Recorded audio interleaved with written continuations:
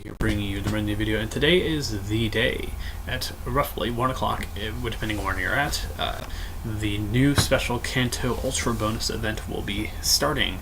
I have a little bit of an infographic here just to give you some ideas as to what can be considered the best counters for each of the legendary raids, as well as the best movesets, as well as 100% IVs for them, and as well as the egg hatching that you could possibly be doing for Tauros, Farfetch'd, Kangaskhan, and Mr. Mime. It's clear that we're going to be very done with Generation 1 as far as legendary raids are concerned. We probably won't be seeing them return at all.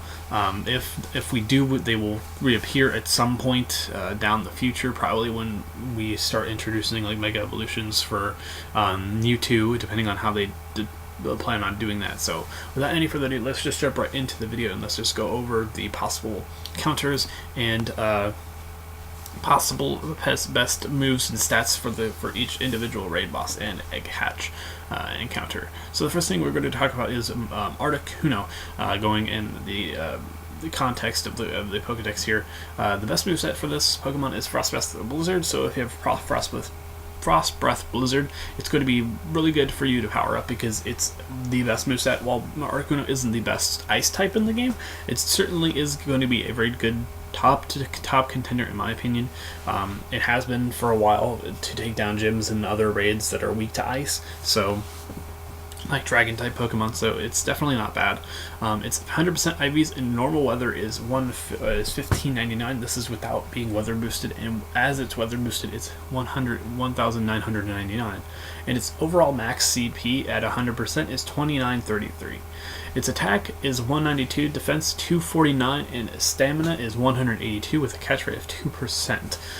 The defense on this Pokemon is simply outstanding. It's really good, and it's just going to be very good as a defender, which if they ever allow us to put legendaries in gyms, will be probably one of the tier 1 defenders as far as legendaries go.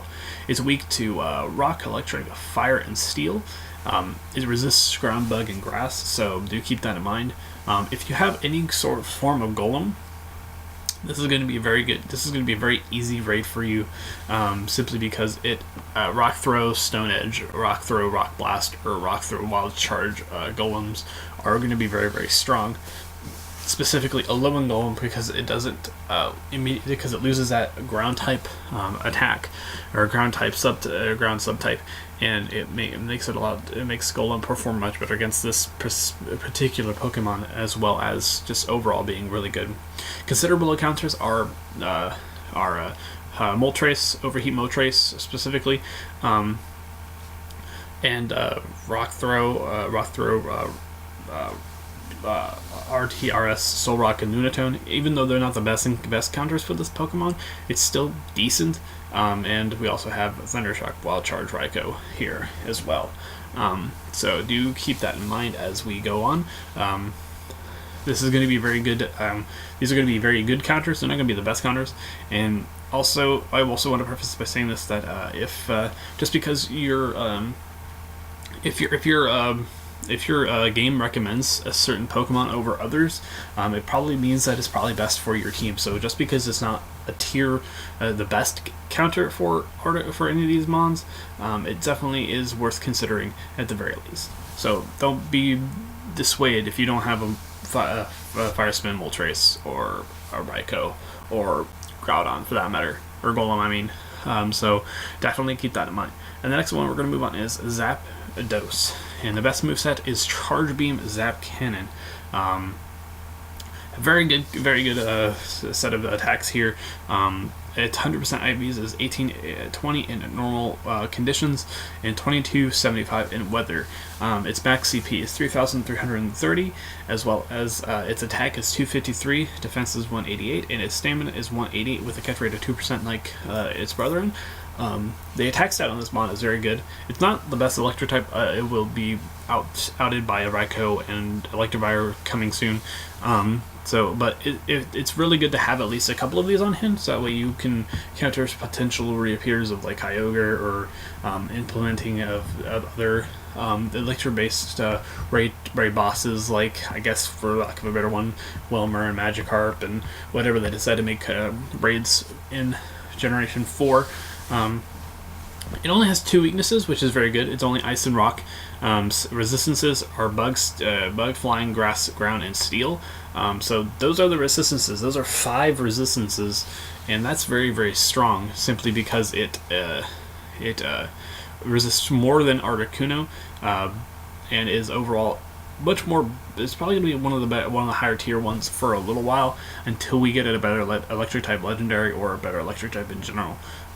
The best counters is Frost Breath, Avalanche, Jinx, as well as Dragon Tail, Outrage, Rayquaza, as well as Confusion, Avalanche, Jinx, or Confusion, Shadow Ball, Mewtwo. I decided to put 4 here instead of 3 because of the fact that they were considered to be Rayquaza and Mewtwo both put out the same DPS with Confusion, Shadow Ball. And Jinx overall is better because it is just a pure Ice type, with having a pure Ice type moveset. While it's not his best moveset, it's definitely going to be very good to counter that one. And Rayquaza is just simply really good. So, yeah. Also considered counters are Rock Throw, Stone Edge Golem, Psycho Cut, Shadow Ball Mewtwo, and Dragon Tail or Outrage Dragonite. And like as I said, just because that you don't have these Pokemon doesn't mean that these are that any other counter is less optimal. It's just that this is going to be the best one for you if you plan on doing the max amount of DPS and taking out these mons as quickly as possible. Next is Moltres. Best moveset is Fire Spin, Overheat. 100% IVs is 1870 under normal conditions, 2337 under weather boost conditions, and max CP is 3272 with the attack of 251, 184 for defense, and 180 for stamina. And this is going to be a decent fire type until we get Heatran. Entei is also better than it by a considerable amount, but it's still nice to have a couple of these. I already have a couple of these from the event that we had just a week ago. So if you want a Moltres, this is going to be your only better option. So weaknesses is Rock, Electric, Water, and resistances are Bug, Grass, Fire, Fighting, Ground, and Steel. Very good, very wide, broad amount of resistances, as well as Zapdos, more than Zapdos even, but it has one more weakness tacked onto it, which is Electric. So it's unfortunate, but it is what it is. Like I said, if you have Golem, you're going to be in a really good position, because basically any Golem that's not Mudslap is going to be very good against this particular Pokemon. Especially Alolan Golem, I think, is going to be very, very strong. Considerable counters are, again, Soul Rock Lunatone with Rock Throw, Rock Smash, and Thundershock, Wild Charge Raikou, and Waterfall Hydro Pump Kyogre, which is really good. So these are going to be your second best counters in the long run. Next, we're going to move on to Mewtwo, which is going to be occurring on for the month of October, pretty much from September 20th to the 23rd, over a month. And the best moveset for that one is Confusion Shadow Ball with 100% IVs is 2275 for normal, and under weather boosting conditions is 2844 with a max CP of 3982, almost 4000. The attack is 300, so this guy is super massive when it comes to attack. Its defense is 182, and its stamina is 193, making it considerably better than its kind of constituaries by a landslide as far as stamina is concerned. It might not be the best defender, but it definitely is one of the best attackers currently in the game. It's one of the best ones. It's, in my opinion, one of the best rare candy sinks that you could probably use for the game. And yeah, it has a better catch rate overall as well, so that makes it slightly easier to catch for those who do not have a Mewtwo or didn't have access to an EX-ray pass beforehand. The weaknesses are Ghost Bug, Dark. So if you have like Pinsir or anything like that, or like Bayonet or Gengar specifically is going to be one of your best friends. It's going to be very good for you. It resists also fighting a Psychic, so it resists itself, as well as the infamous Machamp and Hariyama and Breloom and Blaziken. So don't use those against the Mewtwo, or else it's not going to work very well for you, and probably your Mon's going to get knocked out pretty easily because you're also weak to its typing, especially if it has Confusion or Strike. Best counters is Hex, Shadow Ball, Gengar, Sucker Punch, Shadow Ball, Gengar, and Psycho Cut, Shadow Ball, Mewtwo. I think the reason why Psycho Cut, Shadow Ball, Mewtwo is the best counter for ironically Mewtwo is because of the fact that it's Shadow Ball and I guess Psycho Cut is faster than Confusion. Sucker Punch is very good, but it's not the best one, and Hex, Shadow Ball is going to be your top dog for a long time as far as Mewtwo is concerned. Considerable counters are Snarl, Foul Play, Houndoom, Hex, Shadow Ball, Bayonet, and Bug Bite, X Scissor, Pinsir. These do the least amount of DPS, but are still very good if you have them. So do keep that in mind.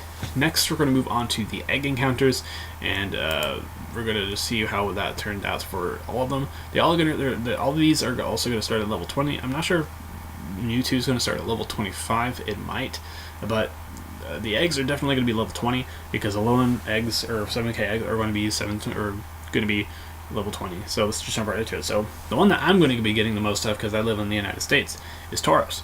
Best move, Tackle, Iron Head. 100% IVs will be 2421.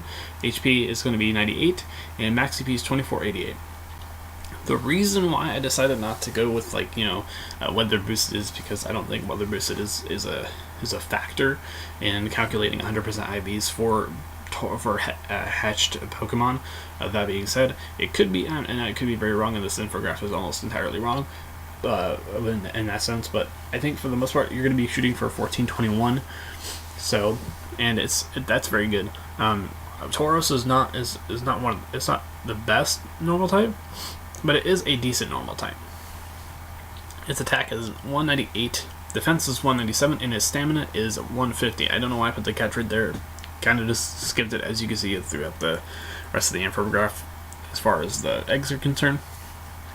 But while Tauros again is not the best normal type, it does have a very high attack stat and a very decent defense stat as well. So it could very well be one of your, if you're starting out and you hatch one of these, it could be one of your best Pokemon for a while until you get like a Snorlax or something better. Farfetch'd, we're gonna move on to him. Best moveset is Air Slash Leaf Blade. 100% IV is 624. HP is 71, and max CP is 1092, and its attack is 124, 118, and 104. Unlike Tauros and pretty much literally every other region exclusive, Farfetch'd is probably one of the worst Pokemon in the game, in my opinion, because its attack stats and its overall stats are relatively low compared to everything else, and it doesn't really do much. Sure, it's cool, but overall, I don't have very much competitive hope for this thing. That being said, it isn't cool. I like Farfetch'd a lot, but it's just I can't really give it a glowing recommendation of being a competitive powerhouse when it's not. But it does have some decent applications. Like Leaf Blade is very good for when, I guess, if we decide to have more grass type or not grass type, water type or rock type, or even ground type raid bosses. So it's fine, but it's not stab, so I guess it really doesn't make that much of a difference. So next is Kangaskhan, the Australian region exclusive. With best moves is Low Kick, Outrage. 100% IVs is 1407. HP is 134, and max CP is 2463. And its attack is 181, 165, and stamina is 210. Now, unlike Tauros, this guy is a little bit better in the stamina department, as well as it sacrifices a bit of that attack stat and a lot of its defense stat and puts it into stamina. That being said, it's still, I think, very well decent. I think it would rank as the fourth best normal type in the game. So having a couple of these would not be terrible. I wouldn't use them as like Stardust sinks or anything like that, but I think overall it would be good to have a couple of these just to stuff into gyms, because the stamina and the overall defense on this mon is not terrible, and the attack stat is good for taking down gyms. So, and lastly, the one of my favorite Pokemon currently is Mr. Mime. Best moveset is Confusion Shadow Ball, very similar to Mewtwo's movesets, but just not as good. 100% IVs is 133 or 1,133 CP. HP is 56, and max CP is 1984, with the attack stat at 192, defense of 233, and HP of 80. So if you're going to be having a gym defender, this guy is probably going to be one of the better ones, other than like obviously Blissey and Chansey. Because of its relatively low CP, it's going to decay less. It's going to decay slower than its other constituents like Tyranitar or Snorlax or Gyarados even. So this guy can stay in your gyms for quite some time if left by itself. And with help, it's going to be even harder to take down. It's very good. I'm not saying it's the best psychic type in the game, because it absolutely is not. But it is not a bad one, to say the least. And even though its only max CP doesn't even reach 2,000, it might be worth putting in the gyms because of the slow decay. Anyway, if you guys did enjoy, please leave a comment in the comment section below. I will see you in the next video. This has been DPS, your DSP, signing out.